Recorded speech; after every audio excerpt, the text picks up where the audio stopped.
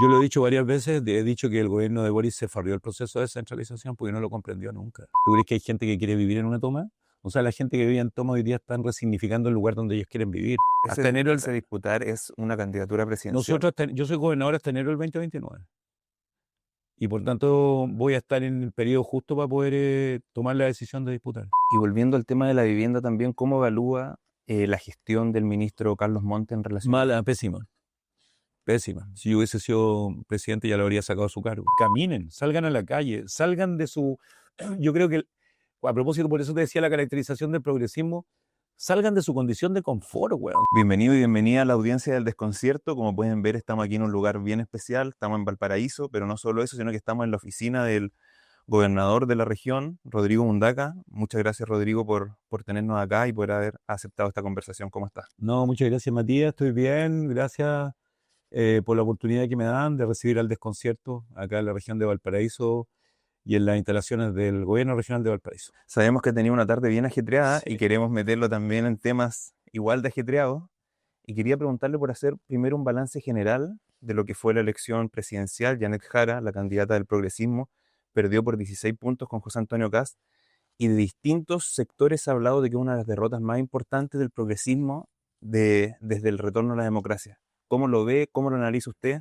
Entendiendo que son parte de de este comando 2.0 y uno de los líderes regionales del comando de Janet Jara acá en Valparaíso. A ver, de lo particular a lo general, habría que decir que la región de Valparaíso es donde el presidente electo tuvo el peor resultado. Bueno, acá la diferencia fue entre 8.5 y 9 puntos de diferencia, a diferencia del promedio nacional que fueron 16.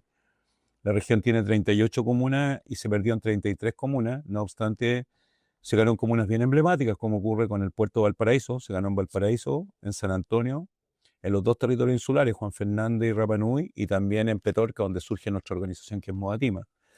En rigor se ganó en 36 comunas, y la verdad que creo que el triunfo de Kast es un triunfo inobjetable porque en la práctica es la expresión de la voluntad popular la que se expresó el día 14, valga la redundancia, y esa expresión popular dio un triunfo que fue inobjetable. Hay casi 2 millones de diferencia entre Kast y Janet. Ahora, yo diría que el resultado era un resultado... ¿Esperado? Bueno, todos los analistas lo habían previsto, ¿no? Lo de los 20 puntos de diferencia. Pero los 20 puntos de diferencia estaban bien previstos a propósito de que cuando uno hacía la sumatoria de la votación obtenida por Parisi, por Matei, por Kaiser y Kast, objetivamente te daba un guarismo del orden del 70% de la votación y por tanto era bastante previsible en términos numéricos, ¿no? Nosotros siempre tuvimos la esperanza de que podíamos darlo vuelta, como se dice en el argot futbolero. Eh, a propósito de que tuvimos un cierre de campaña bien épico acá, el cierre de campaña en la primera vuelta lo hicimos en la Plaza Sotomayor, llegaron más de 15.000 personas. A propósito que la segunda vuelta también la iniciamos acá con Janet en la Feria Caupolicana, en la Gómez Carreño y en Granadilla. Y teníamos esperanza, yo siempre mantuve la esperanza hasta el final y siempre dije que teníamos esperanza de poder ganar. Sin embargo, una vez ocurrida la derrota, cuando los números eran inequívocos, la verdad que ha habido todo un proceso, me parece que todos los partidos han estado haciendo En un proceso de autocrítica, lo que se ha llama. habido harta catarsis, creo yo. Ha habido una harta catarsis y el proceso de autocrítica es un proceso que todavía no concluye. Yo creo que la autocrítica y las causas de la derrota, tengo la sensación que no son imputables a una persona, sino que creo que las causas de la derrota son multicausales. ¿Y por qué cree usted en ese sentido de que la voluntad popular, como lo nombraba recién, se volcó hacia un candidato de derecha dura, de ultraderecha, llámese como se llame, entendiendo también, lo nombraba usted recién, eh, José Antonio Kast ganó en 33 de las comunas de Valparaíso, a diferencia de lo que había hecho usted en la elección anterior en que derrotó a la Pepa Hoffman en todas las comunas De de la región? 38, sí. ¿Cómo lo ve usted? Yo tengo la sensación de que la estrategia que diseñó la candidatura de Caso es una estrategia bien simple, eh, bien rústica, rudimentaria, porque se concentró básicamente en dos temas: seguridad y crecimiento económico. El gobierno de emergencia. Y el gobierno de emergencia. Ahora, ojo con el gobierno de emergencia, porque el gobierno de emergencia ha hablado harto del gobierno de emergencia y el gobierno de emergencia se podría traducir en un gobierno que conduce el país por decreto. Sí. Un gobierno de emergencia le podría a él permitir por decreto establecer restricción vehicular o toque de queda, por ejemplo, o conculcar ciertas libertades, ¿no? Yo diría que hoy día Yo diría que el tema de la seguridad, como fue planteado, era bien impactante al principio escuchar en materia de seguridad la construcción de zanjas, la construcción de barreras, asociada al tema de la seguridad de la población inmigrante, el expulsar a 300.000 migrantes en un año, objetivamente en términos numéricos. Yo soy ingeniero y sacamos este cálculo. Eso significaba 9 aviones diarios a 100 pasajeros diarios durante un Hay, año completo. hay una inviabilidad total Absoluto, de absoluto. poder hacerlo, Y sí. aparte, ¿quién los recibe? Si la migración venezolana hoy día Chile no tiene relaciones diplomáticas con Venezuela y Venezuela no los puede recibir, o en su defecto un avión diario durante los próximos 9 años. Es imposible aquello. En materia de seguridad, bueno, tú has visto, yo los traslado a Santiago y a la elección municipal, Irás y Hasles desborde. Desborde Santiago ha resuelto el problema de la seguridad en Santiago. Ha resuelto el tema de los toldos azules en Main, por ejemplo. Y se lo pregunto, por ejemplo, con la seguridad en Valparaíso, que es la región donde hay más tomas. ¿Cómo ve también esa problemática de seguridad aquí en la región y de que esa población se haya volcado No, para ese fin? ahí tengo un punto de disenso contigo, Matías. Yo no criminalizo a todas las tomas, ni criminalizo a todos los que viven en una toma. ¿Tú crees que hay gente que quiere vivir en una toma? O sea, la gente que vive en toma hoy día están resignificando el lugar donde ellos quieren vivir. Esta región es la región que tiene la mayor cantidad de campamentos y asentamientos irregulares del país. Y conozco muy bien el tema porque, bueno, vivo en la región y hemos trabajado intensamente también a propósito de los incendios, de los sectores que se quemaron, donde había gente que vivía en asentamientos irregulares. Ahora, es evidente que el país, Chile, tiene una deuda histórica con aquellos que viven en asentamientos irregulares y el déficit habitacional en esta región. Esta es la región que tiene la mayor cantidad de campamentos del país. Ahora, eso significa que hoy día la política habitacional del gobierno tiene que ver con la creación de un banco de suelo, tiene que ver con cómo somos capaces hoy día de darle condiciones de vivienda y barrios dignos a la población, cómo somos capaces de buscar soluciones que sean reales y no quiméricas, porque, por ejemplo, la toma en el Cerro Centinela, la conozco muy bien, ahí hay más de 4.000 familias, son 10.000 personas las que viven en el Cerro Centinela. Se planteó una solución mediante cooperativa, y hoy día hay más de 90 cooperativas creadas, y estas cooperativas eran las que iban a intermediar los créditos ante la banca, y con esos créditos después iban a poder pagar el sitio donde ellos querían vivir. Y la verdad que nunca se llegó a acuerdo porque los propietarios partieron en 0.6, el gobierno en 0.21, nunca se movió 0.21, los propietarios bajaron de 0.6 a 0.43, nunca se movió el gobierno a 0.21 y finalmente la decisión que toman es expropiar 100 hectáreas de 200 para poder, comillas, poder construir las viviendas que la gente anhela.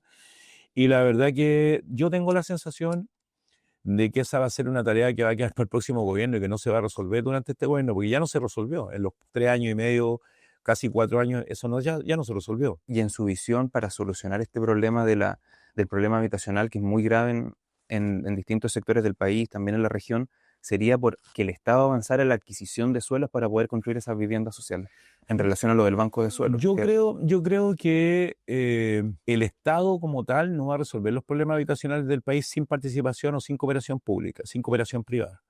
Yo creo que ahí tiene que haber un esfuerzo serio, de verdad, entre lo público y lo privado para poder resolverlo. Yo estuve abocado durante más de 4 meses a propósito de los incendios en el Comité de Gestión de Riesgo de Desastre. Estuvimos trabajando mucho, nosotros nos hicimos cargo de las ollas comunes, nos hicimos cargo de toda la cooperación que llegó de todos los gobiernos regionales del país, etcétera.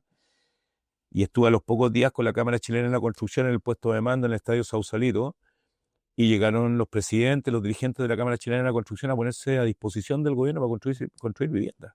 Y eso no ocurrió.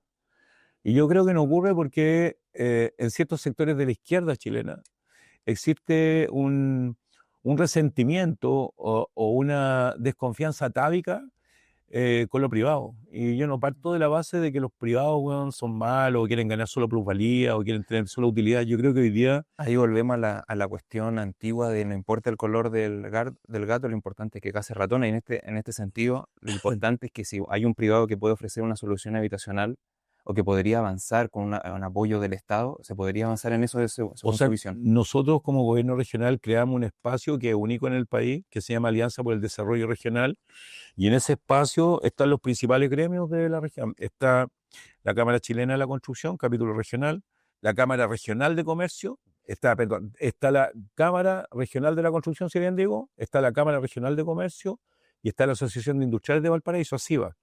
están los 4 rectores de la Federico Santa María, de la Católica, de la Universidad de Valparaíso y la Universidad de Playa Ancha. Está la alcaldesa Nieto, Ripamonti y Freddy Ramírez y nosotros. Y en ese espacio de colaboración y trabajo público-privado hemos identificado más de 80 proyectos de inversión por más de 20.000 millones de dólares y hay algunos de esos proyectos que con recursos del gobierno regional se van a comenzar a ejecutar, como por ejemplo la Plaza Sotomayor, donde vamos a destinar más de 3.500 millones de pesos para ponerla en valor y porque aparte de la Plaza Sotomayor es parte del sitio del Patrimonio Mundial. Dicho esto, yo no soy de aquellos que cree a ultranza de que lo privado es malo para el país, porque creo que también existen personas que tienen una mirada bien altruista. Te doy un ejemplo, y me gustaría que a lo mejor lo conocieran el día de mañana.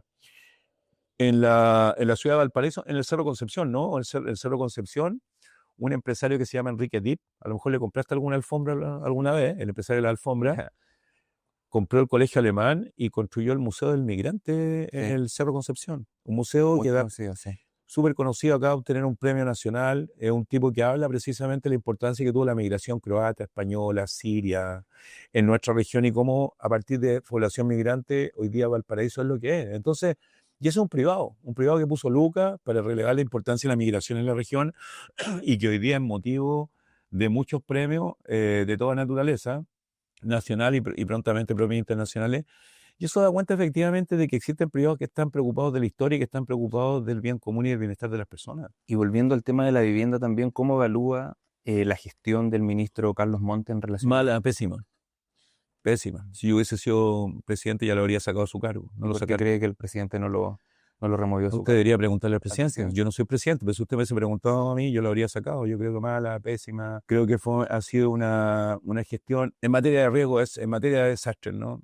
Tú tenés que pensar que esta región, los días 2 y 3 de febrero del 2024, enfrentaron el incendio más letal que ha conocido la humanidad en los últimos 20 años.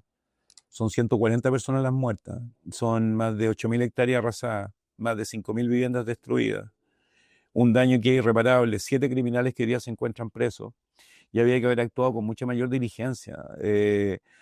Hoy día, y en todo sentido, mira, yo era un integrante, yo estaba al lado del jefe de la Defensa Nacional, GEDENA, el almirante Daniel Muñoz, que era el que dirigía el Comité de Reconstrucción, la delegada regional presidencial y todos los ministros que vinieron cual polilla a pulular acá y a sacar buenas cuñas y irse para Santiago de vuelta.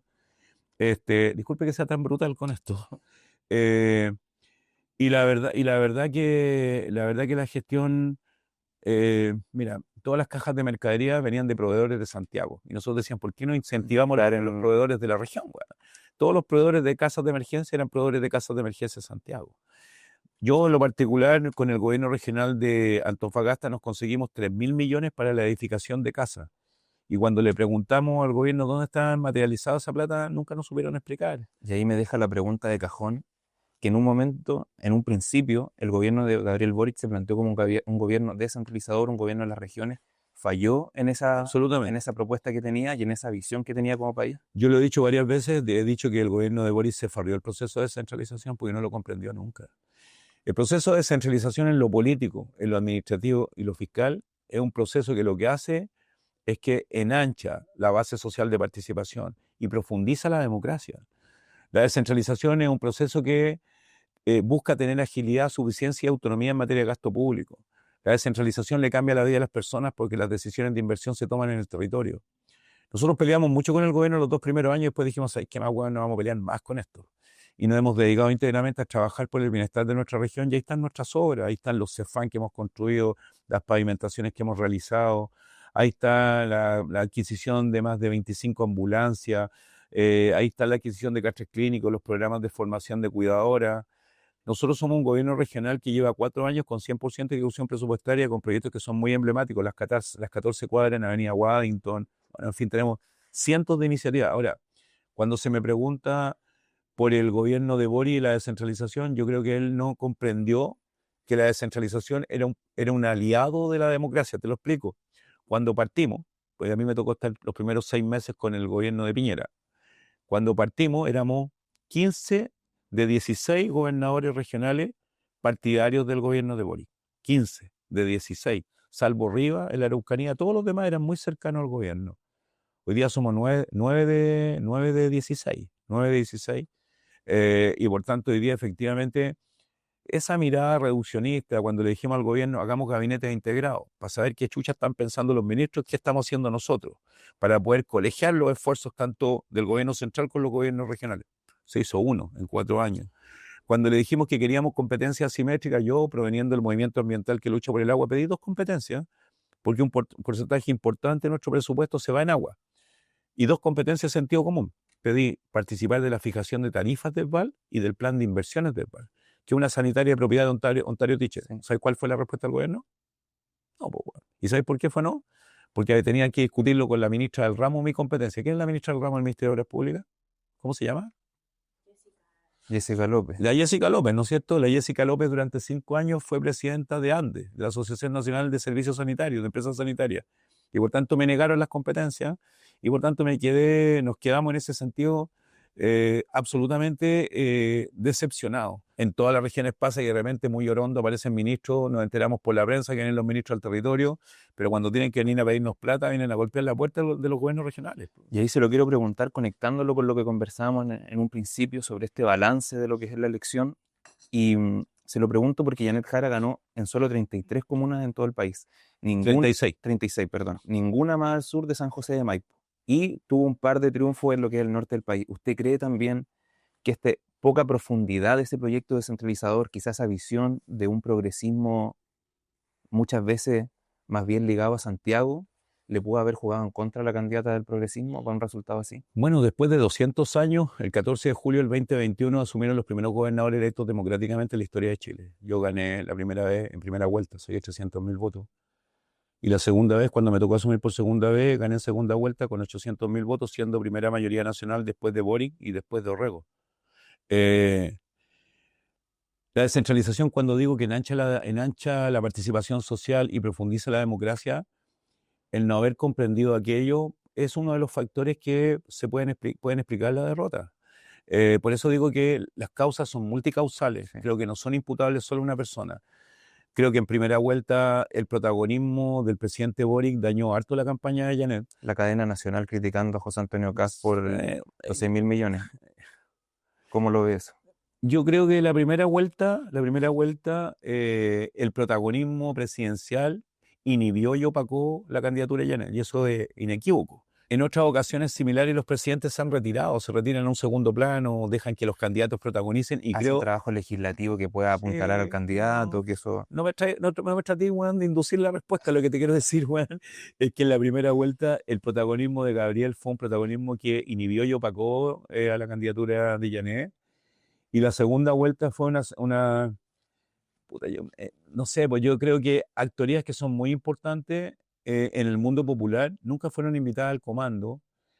Creo que el comando no logró develar, despejar o correr el cerco entre los partidos y la ciudadanía. Eran los mismos de siempre, pues, o sea, eran los partidos definiendo la candidatura. Y me lo deja boteando ahí. El comando de Jara, de cierta manera, se volvió, entre comillas, demasiado concertacionista con vocerías como Lagos Weber, Alejandra Kraus, Pancho Vidal. No hay ahí una suerte de no haber relevado ciertos actores sociales independientes en un contexto en el que la ciudadanía quizás estaba más ávida de esos actores distintos, con una suerte como de antipolítica, entendiendo lo que pasó también con Franco Parisi en primera vuelta. Yo no quiero ser mesiánico ni quiero actuar presidencialmente como se actuó en la primera vuelta, porque no me creo de aquello ni nada. Pero acá en esta región, a mí me tocó ser el vocero de la campaña de Janet y nos volcamos íntegramente en su campaña y yo no milito, yo soy un tipo que viene del movimiento socioambiental y acá el resultado no estamos conformes en lo absoluto, pero creo que podría haber sido mejor si se hubiese ciudadanizado a nivel nacional, porque nosotros en la práctica, en mi campaña, la primera vez y la segunda vez, siempre se caracterizó por ser campaña ciudadana. Son campañas donde los partidos se subordinan al interés común y no son los partidos los que siguen condicionando el interés común. No sé si se entiende lo que quiero decir. Y probablemente si se hubiese confiado más en la ciudadanía, eh, creo que el resultado debería haber sido otro. Creo que además la segunda vuelta, la Llané habló de las cosas que le importaban a la gente, sin duda, el salario Costo de vital. la vida. El salario vital mínimo, el sueldo vital mínimo, las 40 horas, el tema de los planes odontológicos para las mujeres que han perdido piezas dentales producto de violencia intrafamiliar. Le habló de las cosas cotidianas que la gente quiere escuchar. Con Yané compartía el propósito de que Santiago no es Chile, Chile son sus regiones. Cuando decía sumarmente ganar corazones para esta causa, me parecía muy, muy noble, muy creíble aquello, pero creo que tuvo un elenco añejo, weón. Tuvo un elenco que no comprendía de que era un elenco que finalmente evocaba aquellos tiempos que provocaron el 18 de septiembre del 2019, Octubre. perdón, el 18 de octubre del 2019. Tenía un elenco además que estaba muy, lo voy a decir en estos términos, ¿ah? El elenco del cual se rodeó la Llané en la segunda vuelta era un elenco que pertenecía al consenso elitario clásico. O sea, nadie podría decir que el Pancho Vidal es una cara nueva, pues, weón, o que los demás voceros, que el Lagos Ver, que lo quiero harto, porque es senador por acá, Por la región. que es de la región, hemos estado juntos empujando el BBNJ, etcétera, la Secretaría Técnica del Tratado de Alta Mar más importante en las últimas 4 décadas, pero pertenecen al consenso elitario. Entonces Sí. la gente cuando veía a aquellos voceros eh, le creían poco, porque por un lado aparecía Vidal diciendo de que hay que hablar del futuro, etcétera, y tenía otro vocero eh, castigando, pegándole duramente. O sea, nunca hubo unidad de criterio y unidad de acción en la segunda Y vuelta. ahí se lo pregunto, ya que estamos haciendo un balance como progresismo de por qué no se pudo haber logrado ese resultado. Usted me hablaba recién de que había una serie de medidas de Janet Jara que iban en directa relación con las necesidades y anhelos de las personas. Pero ¿qué falta como progresismos también para poder conectar con esos anhelos? Que uno puede decir, viendo los resultados, que Franco Parisi conecta más con esas clases media emergentes y clases populares, especialmente en regiones como el norte de Chile, porque ahí el progresismo tiene un resultado más bien opaco y que después en segunda vuelta Kast ganó todas esas regiones. Y se lo pregunto también en relación, em, ¿qué es lo que falta para poder conectar fuertemente con esos sectores desde el progresismo y desde las ideas progresistas? Chuta, yo me haría una pregunta anterior. ¿Qué es el progresismo en Chile? ¿Y quiénes encarnan el progresismo en Chile? ¿El progresismo lo encarnan aquellos que concesionaron las carreteras? ¿El progresismo lo encarnan aquellos que privatizaron la educación, la salud, la vivienda? ¿Aquellos que ayornaron precisamente el acceso a bienes naturales comunes o a quienes que ayornaron el acceso a bienes de capital? ¿Quiénes encarnan el progresismo? ¿El progresismo lo encarnan aquellos que tienen los mismos sueños de antaño o aquellos que hoy día piensan que tienen que trabajar por el bienestar de las personas? ¿Qué es para usted el Yo progresismo? creo que hoy día el progresismo tiene que ver básicamente con ponerse a disposición de trabajar por el bienestar de las personas y el bien común de las personas. Yo gané en 38 comunas en mi elección y gané en comunas donde estoy en la antípoda ideológicamente de los jefes comunales, Zapallar, Sí. Papudo, Los Andes, donde objetivamente estoy en la antípoda del pensamiento político e ideológico de aquello. Sin embargo, cuando tengo que pavimentar una calle o tengo que construir un CEFAN en Zapallar, o cuando tengo que tomar la decisión de implementar un sistema de televigilancia en la comuna de Los Andes, por ejemplo, o adquirir ambulancia en la comuna de Papudo, en mí no prevalece la postura ideológica, sino que en mí prevalece el bienestar de las Es personas. gestión pura y dura. Es gestión pura, dura, pero sin promesas, sino que en el fondo con hechos, con realidades. Ahora, yo creo que ahí hay una discusión. Estuve con el alcalde Zapallar hace algunos días inaugurando un pavimento participativo, inaugurando la regulación de espacios públicos y la normalización de una escuela pública, municipal hoy día, porque todavía no pasa el SLEP. Pero hago lo mismo en la comuna de San Esteban, hago lo mismo en la comuna de Valparaíso, en la comuna de Viña del Mar. Yo creo que además, a propósito de tu pregunta, eh, y esto probablemente es bien eufemístico porque lo han dicho todos, pero puta, vuelvan a caminar las calles, po, vuelvan a caminar el territorio, conozcan lo que pasa en Putaendo, lo que pasa en Olmué, lo que pasa, no sé, lo que pasa en San Esteban, lo que pasa en Rinconada. Caminen, salgan a la calle, salgan de su... Yo creo que, a propósito, por eso te decía la caracterización del progresismo, salgan de su condición de confort, weón, salgan de su condición de puta, claro, estas oficinas son cómodas, tenía aire acondicionado. Yo estoy de 6 días a la semana, estoy 5 días en la calle, weón, y me caché, y yo creo que eso, nosotros fuimos derrotados, sin duda, pero yo sigo en la calle, y después de la derrota nadie me pega cachamal, nadie me ha gritado, nadie me ha pegado una puteada en la calle. Por el contrario, la gente nos sigue queriendo, porque yo creo que el progresismo, no quiero hacer ninguna definición ni teórica ni ideológica, la tengo, pero no la voy a hacer en este minuto. Yo creo que eh, puta, no quiero ser peyorativo tampoco con los animalistas para que no me peguen, pero se achancharon, po, weón, se acomodaron en la Yo se lo voy a oficina. se lo voy a preguntar. no quiero sonar marxista a mis 27 años, pero falta salir de una suerte de comodidad de clase del progresismo que se achanchó en ciertas oficinas estatales, en ciertos espacios más acomodados. Falta eso que usted dice, O s- salir a los territorios o liderazgos que vengan justamente de esos territorios. o sea, hasta el día de hoy todavía no tenemos un liderazgo genuino que venga a los territorios, un liderazgo que se reconozca como tal. Todavía no tenemos un liderazgo que conduzca al país, que no pagó la cuenta del agua, la cuenta de la luz, que tuvo que esconderse los acreedores que lo andaban buscando para encanarlo. Todavía no tenemos un liderazgo que sepa lo que es tomar agua de un camión aljibe, o de un liderazgo que tenga familiares o hijos que no podían ir a las escuelas rurales porque al no haber agua las niñas no tenían agua para sus servicios higiénicos básicos. Y por ejemplo, Janet Jara puede avanzar en aquello, en ese un progresismo quizás más conectado con esas necesidades del país, Yo, de cara a lo que va a ser la oposición aquí en 4 años más. yo creo que hoy día hay que hay que recuperar la vocación de mayorías, y la vocación de mayorías se recupera en la calle, no en los espacios de confort. La vocación de mayoría no se recupera desde las élites de las universidades más prestigiosas del país o las más caras del país.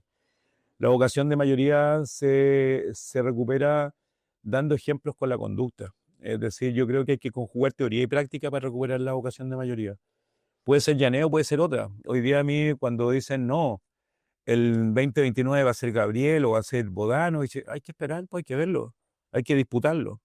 Nosotros al desconcierto, nosotros al desconcierto se los digo, tenemos la decisión y la vocación de disputar, y vamos a disputar. Nosotros en enero del 2029, hasta enero Ese disputar es una candidatura presidencial. yo soy gobernador hasta enero del 2029, y por tanto voy a estar en el periodo justo para poder tomar la decisión de disputar.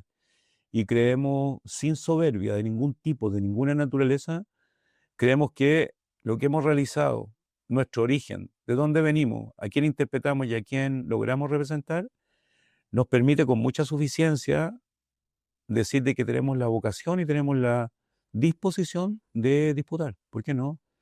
¿Qué ha hecho distinto Bodanovich en Maipú que nosotros no hayamos hecho?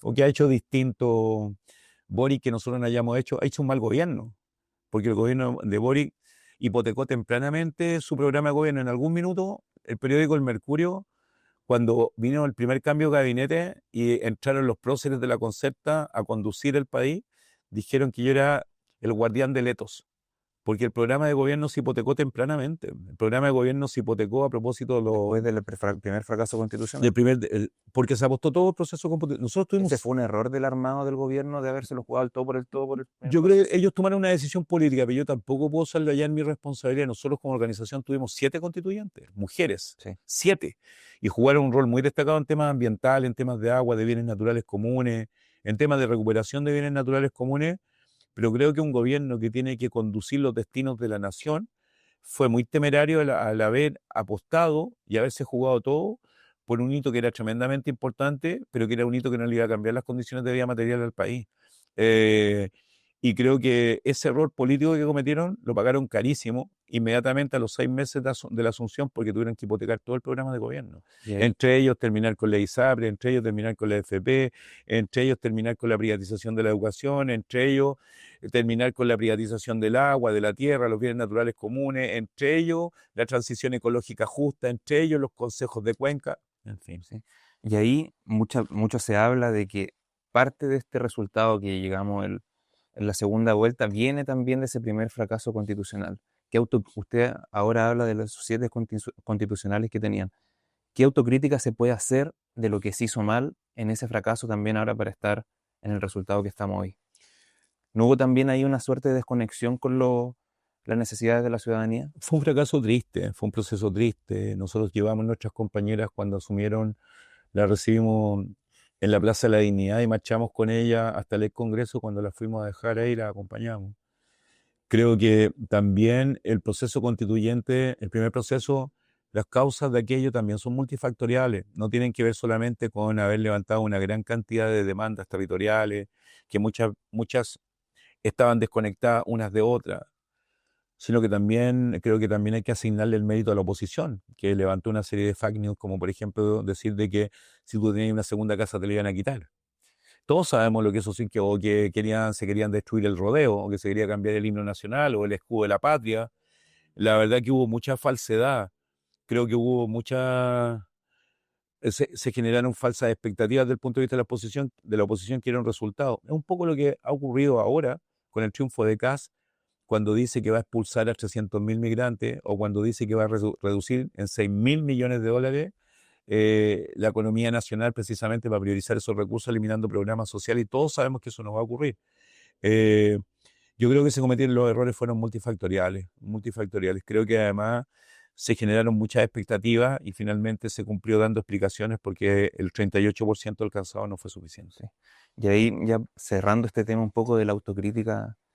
Vaya hecho harta autocrítica. Decimos, sí, no vamos a cambiar de tema ahora porque sabemos que también en el Desconcierto, los lectores de Desconcierto y la gente que nos ve también en su casa le interesan los temas medioambientales y justamente aquí en la región de Valparaíso, bajo su liderazgo también como gobernador, se han hecho distintas cuestiones en torno a eso y le quería preguntar cómo se ha ido avanzando en el plan hídrico, entendiendo que en el último tiempo se ha seguido con una solución que podríamos decir parche, como los camiones Aljide a distintas comunas según los pedidos que hacen los alcaldes y cómo está viendo usted la situación del agua ahora en la región.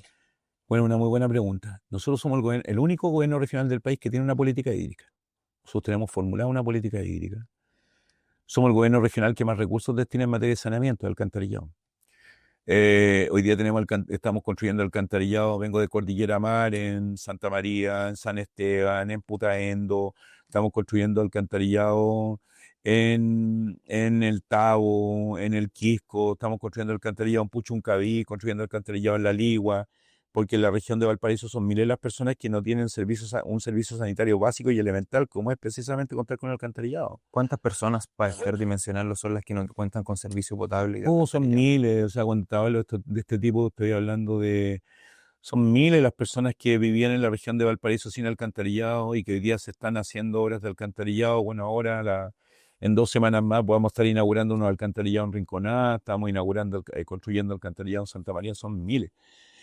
Nosotros desde el punto de vista de la política hídrica hemos sido respaldo de un proyecto que es muy emblemático, que impacta 202 sistemas comunitarios de agua potable rural, donde como contraparte técnica hemos trabajado para la sustitución de fuentes convencionales de energía por energías renovables no convencionales para que la producción de agua potable rural les salga más económica a quienes viven en el mundo rural.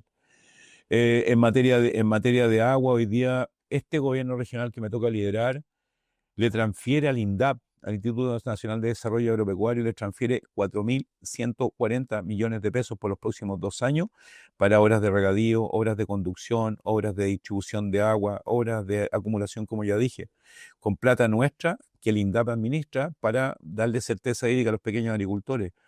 Con recursos del gobierno regional, 3.500 millones de pesos, la Comisión Nacional de Riego puede darle cabida y curso a la concursabilidad de la ley 18.450 para que pequeños agricultores tengan sistemas de riego tecnificados, obras de acumulación, distribución y conducción. Yo no legislo, no es mi tarea, porque me gustaría que los gobernadores regionales tuviéramos la facultad de terminar con la privatización de las aguas, pero seguimos batallando por aquello, seguimos batallando porque el agua sea efectiva y realmente un derecho humano. Yo como gobernador y junto a la DGA hemos realizado fiscalizaciones y hemos denunciado a Anglo American, que fue sancionado por prácticas impropias en la cuenca de la Concagua.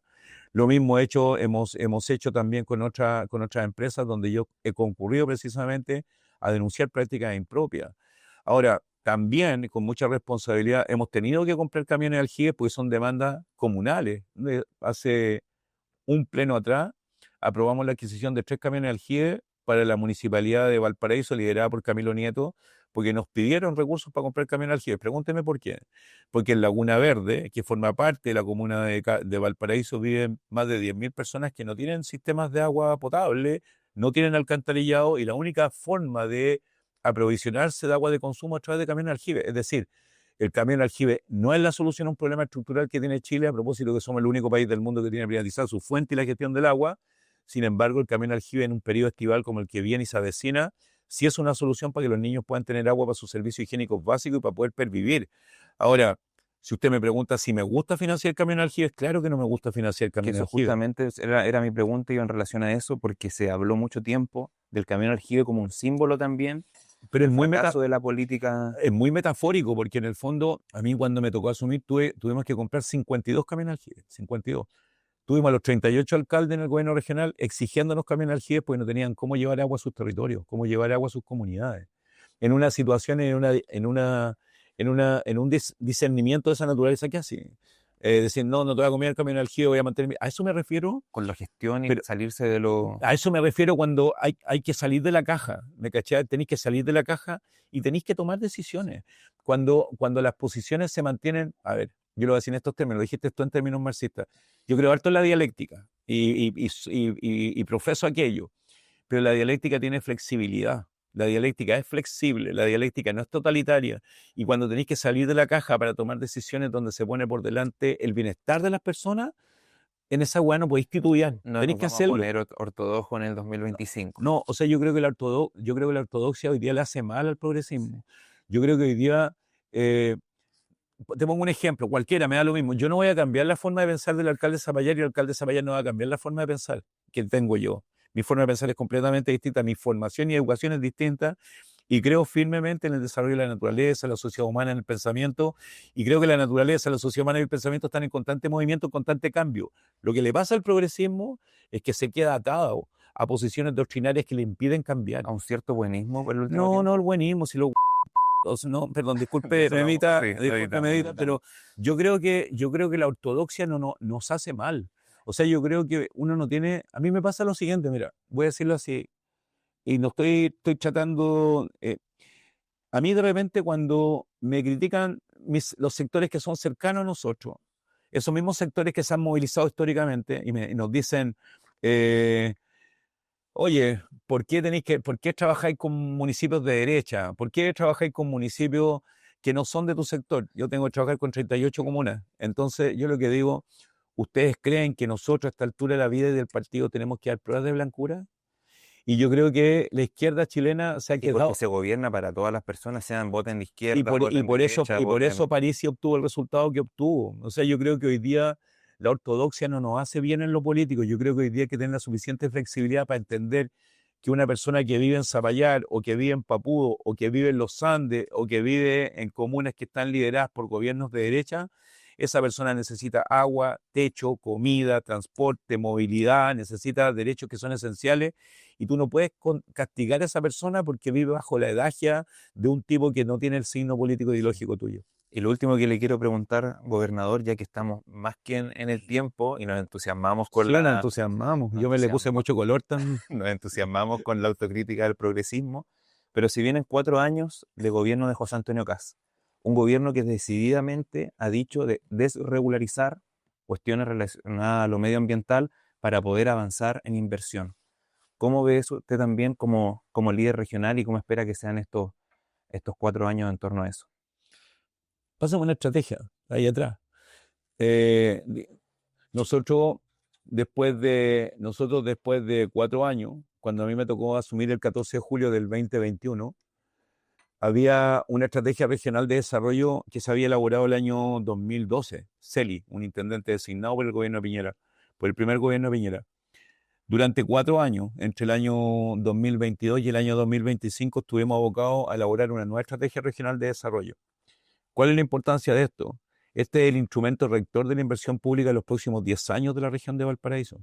Este es el instrumento que dirige la planificación territorial. Es un instrumento que tiene 7 ejes de desarrollo, 15 objetivos estratégicos y 62 líneas de acción. Este es nuestro norte para seguir conduciendo los destinos de la región. Es una estrategia regional de desarrollo cuyo primer eje de desarrollo tiene que ver básicamente con derechos sociales y derechos humanos. Su segundo eje de desarrollo, ecosistema y bienes naturales comunes, desarrollo económico local sostenible, patrimonio, habitabilidad y movilidad, gobernanza descentralizada y planificación territorial. Y tiene 15 objetivos estratégicos y 62 líneas de acción. Si usted lo quisiera poner en términos de fe, esta es la Biblia del gobierno regional de Valparaíso con la cual debemos conducir los destinos. Dicho esto, Yeah. yo tengo un programa de gobierno regional. El gobierno central tiene un programa de gobierno central y por tanto, si nos apegamos a la institucionalidad, el gobierno del presidente Kast va a tener que conversar con el gobierno regional de Valparaíso en torno a cuáles van a ser sus prioridades. Mis prioridades, nuestras prioridades consagradas en esta estrategia regional de desarrollo, tienen que ver básicamente con lo que ya les señalé: vivienda y habitabilidad, transporte y movilidad, derechos humanos, y nuestro foco está puesto fundamentalmente en seguridad, salud y vivienda. Si el gobierno central coincide con nosotros que la prioridad es seguridad, salud, vivienda y además la protección ambiental del territorio, va a contar con nuestra colaboración. Si por el contrario sus prioridades son distintas a las nuestras, vamos a tener una discusión importante e interesante, porque creo que hoy día él lo ha dicho, él va a respetar la institucionalidad, y esta institucionalidad que a mí me toca liderar y conducir es una institucionalidad democrática que no puede ser avasallada por decreto. Y se lo quiero preguntar aún más en simple, para cerrar ya lo último, porque en el caso, por ejemplo, de que el gobierno de José Antonio Kast quiera avanzar en un proyecto como La Salina, más allá de las regulaciones ambientales, ¿cuál va a ser la posición de la gobernación de Valparaíso? Gobierno regional. No Gobierno somos, regional. no somos gobernación, Perdón, somos gobierno regional. regional. Nosotros creemos que la región de Valparaíso se merece un modelo de desarrollo económico que sea viable económicamente y competitivo, sin duda, pero que también sea socialmente justo y ecológicamente más sano. Esa es nuestra declaración de principio. Y dicho eso, nosotros no estamos en contra de la inversión privada, ni estamos en contra de la inversión pública, pero queremos que esa inversión privada y esa inversión pública sea coherente con la protección de la naturaleza, coherente con la protección de las comunidades y, por sobre todas las cosas, coherente con la preservación de la vida. En ese espacio nos va a encontrar siempre. Como es habitual en el desconcierto, gobernador, le dejamos las cámaras de desconcierto para dejar un mensaje, pero quiero cambiar un poco el formato como lo hacemos siempre, sino que le quiero dejar una pregunta para que pueda dirigirse a nuestra audiencia. Y si usted, ¿cuál es su visión de si se puede conjugar la inversión con el cuidado medioambiental? ¿Cómo lo ve usted? Y ahí están las cámaras de desconcierto para dirigirse a nuestra audiencia. No, sin duda, nosotros en materia ambiental no hemos cambiado, al contrario, seguimos siendo firmes partidarios de que los bienes naturales comunes deberían recuperarse para Chile. A propósito de los incendios criminales, que tiene a 7 criminales detenidos hoy día, exfuncionarios de CONAF, de Senapred y de bomberos, después que la gente perdió todo, no se le reponía ni el agua ni la electricidad, porque había que hablar con las empresas concesionadas para poder reponer el agua y la electricidad, y por tanto el Estado era completamente prescindente de su responsabilidad de proveer bienes naturales esenciales para que la vida pudiera retomar su curso normal. Yo creo que hoy día el poder conjugar la inversión pública con la protección del medio ambiente es algo que hacemos todos los días. Tenemos proyectos ambiciosos, tenemos proyectos de sensores electroquímicos y cromatógrafos de gas en Quintero para poder medir de manera independiente qué es lo que ocurre en ese territorio. Tenemos proyectos de formación ambiental, levantamos 3 programas grandes de formación ambiental con la Universidad Católica, con FIME y con Terram. Tenemos programas de formación de niñez. Hace poquitos días atrás inauguramos un programa de gestión de riesgos de desastre en estos jardines infantiles de la Junji para niños entre 0 y 4 años, para formar brigadas para enfrentar la gestión de riesgos de desastre con niños entre 0 y 4 años. Yo creo que el estar al frente del gobierno regional de Valparaíso y en un proceso que es inédito para Chile ha sido un tremendo desafío.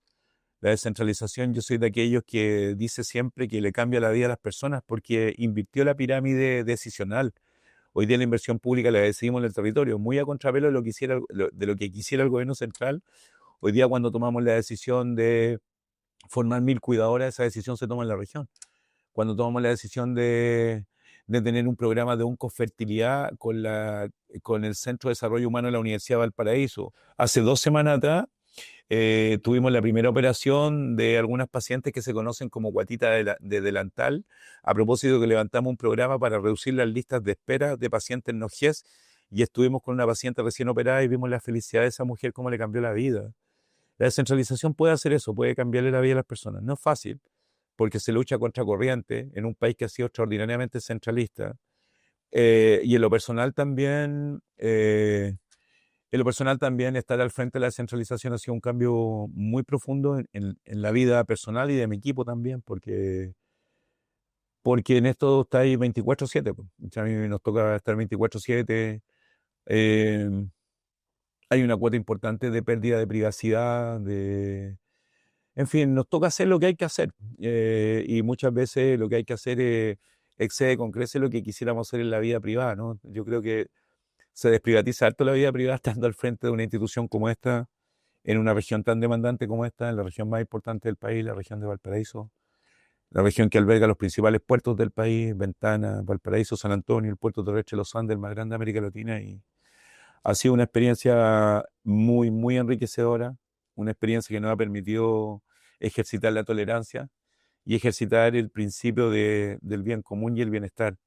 El correr la antípoda o el correr las fronteras de lo ideológico para trabajar con personas que no piensan igual que tú es probablemente el resultado de lo que ocurrió recientemente el 14 de diciembre en Chile.